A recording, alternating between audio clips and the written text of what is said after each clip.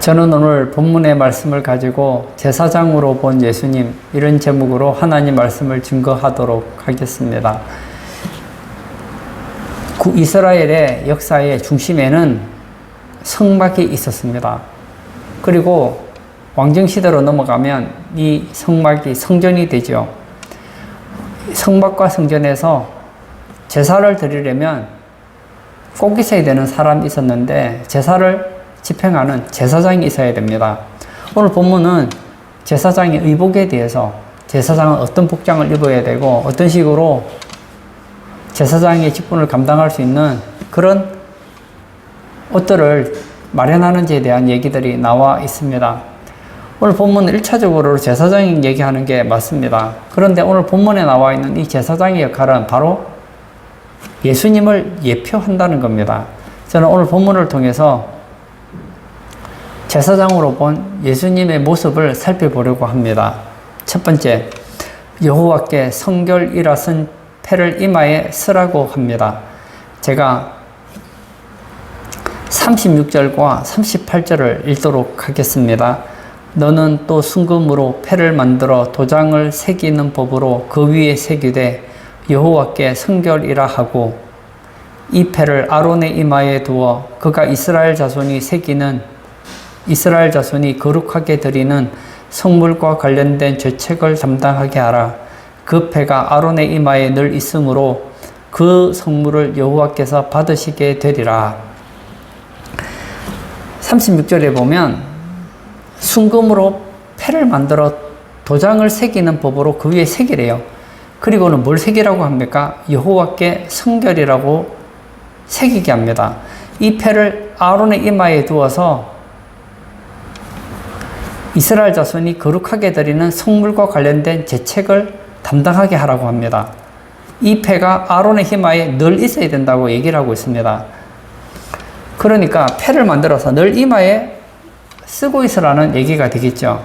이것은 무엇을 말해주고 있습니까? 제사장은 거룩해야 된다는 것을 가르쳐 줍니다.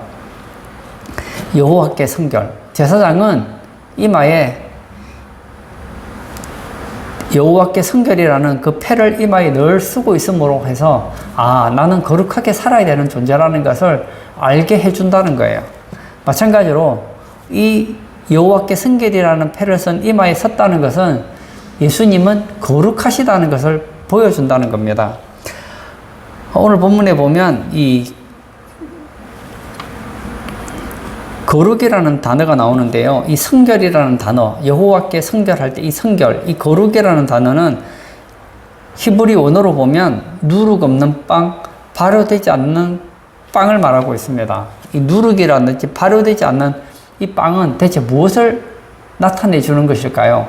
바로 죄가 없는, 부패하지 않는 그런 예수님의 모습을 보여준다는 겁니다. 우리가 아는 예수님에 대해서 할 얘기가 많겠지만 그 중에 하나는 예수님은 죄가 없다는 겁니다. 예수님은 성결하시고 거룩하시다는 거예요. 예수님은 죄가 없으시죠. 예수님은 공생의 사역 동안 어떤 죄를 짓지도 않으셨습니다. 그런데 이 종교 지도자들에 의해서 모함을 받고 빌라도에게 재판을 받으러 갑니다. 이 빌라도가 예수님을 재판을 하죠. 신문을 합니다. 그리고 예수님과 얘기하면서 보니까 예수님은 죄가 없는 거예요. 그래서 예수님을 풀어주려고 합니다. 빌라도가 백성들에게 무슨 얘기합니까?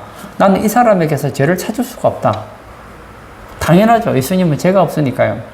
그러나 결국은 어떻게 하죠? 십자가에 못 박히잖아요. 예수님이 중간에 못 박히고 좌우에 흉악한 강도들이 못 박혀 있습니다. 이 강도 둘이서 막 예수님 욕하는 거예요. 들어봤겠죠. 공생의 사역 동안 예수님은 슈퍼스타나 마찬가지였으니까 이 강도들도 들었을 겁니다. 그런데 보니까 자기는 별반 다르지 않게 십자가에 못 박혀 있거든요. 그래서 막 비난하고 욕을 합니다. 저주를 합니다. 그런데 한참 있다가 예수님이 하는 행동을 봐요. 봤더니 예수님은 우리하고 다른 거예요. 우리는 죄를 지어서 왔지만 이 예수라는 사람은 죄가 없구나 이걸 알아요. 그리고 한 사람이 생각이 바뀌어요. 한 사람은 계속 예수를 욕하고 저주하는데 못하게 합니다. 하지 마라. 우리는 당연히 십자가에 못 박힐 죄를 지었지만 이 사람은 어떠한 죄도 짓지 않았다. 예수님 좌우편에 있던 강도도 인정했다고요. 그리고 예수님께서 십자가에서 이제 드디어 운명하시죠. 예수님께서 죽었을 때에 백부장이 있었습니다. 예수님 십자가 근처에 있던 이 백부장이 예수님을 보고 뭐라고 얘기합니까? 의인이다. 죄가 없다. 이 죄가 없으신 예수님께서 십자가에 죽어주신 거예요. 오늘 어떤 사람은 그래요. 예수님이 십자가에 왜 못 박혀 죽었느냐? 죄가 있으니까 죽었지. 아니라니까요. 예수님은 거룩하십니다. 예수님은 오늘 제사장이 이마에 쓴 그 패처럼 여호와께 성결하신 분이셨다는 겁니다. 요한계시록에 보면 부활하신 예수님이 나와요. 예수님의 뭐 여러 가지 특징이 나오죠. 막 눈은 막 불꽃 같아요. 머리는 하얗습니다.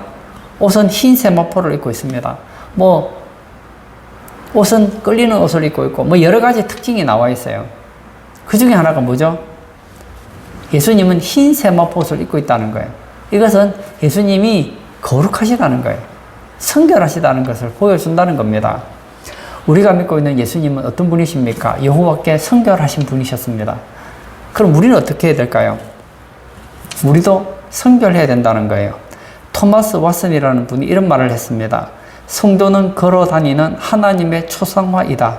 하나님이 우리 아버지라면 우리는 거룩한 하나님의 형상을 보는데 힘써야 한다.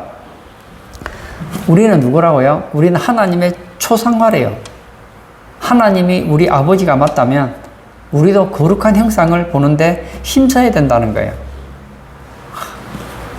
그뿐만이 아닙니다. 오스왈드 챔버스라는 분은 이런 얘기를 했습니다. 인간의 궁극적인 목표는 행복이나 건강이 아니라 거룩하여지는 것이다. 이 세상에 많은 사람들의 목표가 있죠. 그게 뭐죠? 성공하는 거예요. 행복한 거예요. 건강한 거예요. 그러나 그게 아니라는 거예요. 인간의 궁극적인 목표는 뭐라고요? 거룩하여지는 것이다. 예수님께서 거룩하신 것처럼 우리도 거룩해야 된다는 거예요. 오늘 예배 참석하신 사랑하는 성도님, 예수님께서는 여호와께 성결했습니다. 예수님을 믿는 우리들도 예수님을 본받아서 조금씩 여호와께 더 성결해지는 그런 우리 성도님 다 되시기를 축복합니다. 제사장으로 본 예수님 모습 첫 번째, 여호와께 성결이라 쓴 패를 이마에 섰다고 했습니다. 이것은 거룩하신 예수님을 보여준다는 겁니다. 두 번째, 기름을 부어서 위임을 합니다. 제가 41절을 또 읽도록 하겠습니다. 너는 그것들로 내 형 아론과 그와 함께한 그의 아들들에게 입히고 그들에게 기름을 부어 위임하고 거룩하게 하여 그들이 제사장 직분을 내게 행하게 할지며, 이 제사장 직분을 행하게 할 때 머리에 뭘 부은다고 하고 있습니까? 머리에 기름을 부어서 위임하게 한다는 거예요. 여기서 기름을 부어 이 단어는 기름을 바르다, 성별하다, 기름을 칠하다 이런 뜻을 가지고 있습니다. 여러분 잘 보십시오. 제사장이 되려면 머리에 기름을 부어야 돼요. 그런데 제사장만 기름을 붓느냐? 아니에요. 구약에 보면 세 종류의 사람이 머리에 기름을 붓습니다. 첫 번째는 왕이고, 두 번째는 선지자고, 세 번째는 제사장입니다. 왕에게 기름을 왜 붓습니까? 왕은 하나님을 대리하여 하나님의 백성을 다스리고 통치하는 역할을 합니다. 선지자는 하나님께서 하시는 말씀을 대신 받아서 대언하는 역할을 하는 사람이 바로 선지자입니다. 제사장도 마찬가지죠.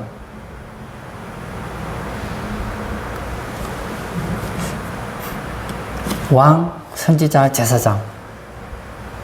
이 삼중직에 대해서 기름 부음을 받았습니다. 그런데 여러분 알지만 신약시대에 와서 머리에 기름 붓는 사람은 더 이상 나오지 않습니다. 이 기름은 바로 성령을 예표해 준다는 거예요. 따라서 제사장이 머리에 기름을 붓는다는 것은 성령으로 충만하신 예수님을 우리에게 보여준다는 것입니다. 예수님은 성령과 함께 하는 삶을 살았습니다. 예수님은 이 땅에 태어날 때 그냥 태어나지 않았어요. 어떻게 태어나십니까?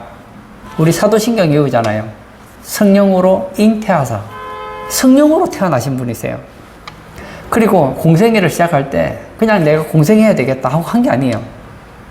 성령이 비둘기같이 예수님에게 임하고 공생애를 시작한 거예요. 예수님의 공생애 사역 3년 반은 성령과 함께, 성령과 더불어 함께하는 삶이었습니다. 예수님은 성령이 충만해서 병든 자를 고치고 귀신을 쫓아내고 능력을 행하셨던 거예요. 저는 예수님께서 이 성령 충만하셨던 것처럼 우리 성도님들도 성령 충만하기를 원합니다. 예수님은 성령으로 다시 살아나셨어요. 예수님은 성령으로 출생하셨고 성령과 함께 사시다가 죽었어요. 그리고 나서 죽고 나서 다시 성령으로 다시 부활까지 하셨습니다. 예수님의 삶에 성령을 빼고 생각할 수 없는 것처럼 저는 우리 성도님들의 삶에도 이 성령이 늘 함께 하기를 원합니다. 이 기름이라는 것. 우리가 석유를 사용하잖아요. 이 석유가 어떤 것입니까? 유전에서 추출한 흑갈색 물체를 원유라고 합니다. 이 원유를 가지고 가솔린, 디젤, 등유 등 여러 가지 방식으로 추출해서 에너지로 활용을 합니다. 뿐만 아닙니다. 우리가 다양한 기름으로 해서 요리용으로 사는 식용 그런 기름이 있죠. 그리고 맛의 향을 내는 향미료, 향을 내는 기름. 그리고 이스라엘 사람들이 주로 사용했던 기름은 이 올리브유라는 것이 있습니다. 이 올리브유, 감람유라고도 하죠. 뭐 저는 잘 몰랐는데 어떤 분이 감람유를 연구했더니 이 감람나무의 그 열매를 가지고 올리브 열매를 가지고 추출한 그게 올리브유 아닙니까? 그게 또 몸에도 그렇게 좋다네요. 보십시오. 이 기름이 얼마나 필요합니까? 제가 얘기하는 핵심은 이거예요. 이 세상에 존재하는 기름들도 인간에게 얼마나 윤택합니까? 그렇다면 성령의 기름 부음은 말할 필요가 없다는 거예요. 예수님께서는 이 땅에서 공생의 사역을 마치실 때 제자들에게 이렇게 말씀하시죠. 내가 가면 몇 날이 못 돼요. 내가 너희에게 성령을 보내주겠다. 성령을 왜 보내주십니까? 우리에게 필요하니까요. 성령은 다른 보혜사라고도 합니다. 예수님은 첫 번째 보혜사, 성령님은 두 번째 보혜사. 보혜사라는 뜻은 곁에서 도와주신다는 거예요. 만약에 우리가 예배를 마치고 집으로 가려고 해요. 그런데 만약에 내가 뭐 가솔린이라든지 뭐 그런 차를 가지고 왔는데 기름이 떨어져 버리면 차가 있어도 사용할 수가 없잖아요. 음식을 요리할 때 한번 보세요. 음식에 기름이 얼마나 많이 사용됩니까? 만약에 기름이 없으면 우리가 한 음식에 상당히 많은 음식을 해 먹을 수 없게 됩니다. 하면 타겠죠. 마찬가지로 우리의 삶에 이 성령의 기름 부음은 절대적이라는 거예요. 사도 바울은 교회에게 이렇게 얘기합니다. 술 취하지 말고 오직 성령의 충만을 받으라. 뭘 받으라고요? 성령의 충만을 받으래요. 오늘 예배 참석하신 사랑하는 우리 성도님들도 정말 성령 충만한 그런 성도님 되시길 축복합니다. 제사장으로 본 예수님, 첫 번째, 여호와께 성결이라 쓴 패를 이마에 쓴다고 했습니다. 이것은 거룩하신 예수님을 보여줍니다. 두 번째, 기름을 부어 위임하라고 했습니다. 이것은 성령님으로 충만하신 예수님을 보여준다는 거예요. 세 번째, 백성의 죄책을 담당하라고 했습니다. 제가 38절을 한 번 더 읽도록 하겠습니다. 이 패를 아론의 이마에 두어 그가 이스라엘 자손이 거룩하게 드리는 성물과 관련된 죄책을 담당하게 하라. 그 패가 아론의 이마에 늘 있으므로 그 성물을 여호와께서 받으시게 되리라. 38절에 그가 이스라엘 자손이 거룩하게 드리는 성물과 관련된 죄책을 담당하게 하라 그랬습니다. 제사장이 하는 일 중에 하나는 뭐죠? 성물과 관련된 죄책을 담당하게 하는 거예요. 죄 문제를 해결하는 거라는 거예요. 제사장은 이스라엘 백성들이 지은 죄에 대해서 담당하게 하는 역할을 맡았던 것처럼 예수님은 우리의 죄를 지시는 분이심을 보여준다는 거예요. 여기서 죄책을 담당하게 하라. 여기서 담당하게라는 단어는 들어올리다, 운반하다, 용서하다 이런 뜻을 가지고 있습니다. 제사장은 백성들의 죄책을 들어올리고 운반해서 용서해버리는 거예요. 하나님께서 그 죄를 용서할 수 있도록 중보자로서 역할하는 사람이 바로 제사장이었습니다. 예수님도 그랬다는 거예요. 예수님 이 땅에 왜 오셨습니까? 여러 가지 이유가 있습니다. 예수님 공생의 사역에 보면 병든 자를 고쳤습니다. 정말 중요한 일입니다. 그리고 귀신 들린 자를 쫓아줬습니다. 대단한 일이십니다. 그리고 배고픈 사람들에게 5병이요, 7병이요, 기적을 일으키십니다. 대단한 일이시죠. 물이 변하여 포도주가 되게 한 거 대단하시죠. 뿐만 아니죠. 무리를 걷기도 하고 풍랑을 잔잔하게도 하고 대단한 일을 많이 하셨습니다. 다 중요해요. 그러나 이것과 비교되지 않는 데 있습니다. 바로 인류의 죄 문제를 해결하는 것입니다. 예수님의 이름이 이거죠. 아들을 낳으리니 그 이름을 예수라 하라. 이는 그가 자기 백성을 그들의 죄에서 구원할 자이시다. 예수님은 이름 그대로 이 땅에 예수로 오셨어요. 여호와의 구원이에요. 죄로부터 우리를 구원하기 오셨다는 거예요. 예수님은 우리를 위해 스스로 대속제물이 되셨습니다. 우리가 죄를 지으면 죄에는 책이 있습니다. 죄책. 죄책이라는 것은 죄의 값이라고 할 수 있어요. 내가 물건을 사요. 물건을 사면 값을 지불해야 되는 거 아닙니까? 인간이 죄를 지을 때마다 그 죄에 대해서 죄의 책임을 물어야 되는데 인간은 죄를 지을 수는 있는데 그 죄에 대해서 스스로 죄 문제를 해결할 수 있는 길은 없습니다. 인간이 할 수 있는 길은 한 가지죠. 죽어서 지옥 가는 거예요. 그게 인간의 죄책이에요. 한 번 죽는 것은 사람에게 정하신 것이요. 그 이외에는 심판이 있다 했습니다. 지옥 심판밖에 없는 거예요. 그런데 예수님께서 십자가에서 인류의 죄책을 담당하십니다. 그리고 그 죄책을 담당하심으로 인하여서 우리를 구원해 주셨다는 거예요. 예수님 영화 같은 거 보면 예수님 십자가에서 막 고통당하는 모습을 보잖아요. 보면서 사람들이 그러죠. 안 됐다.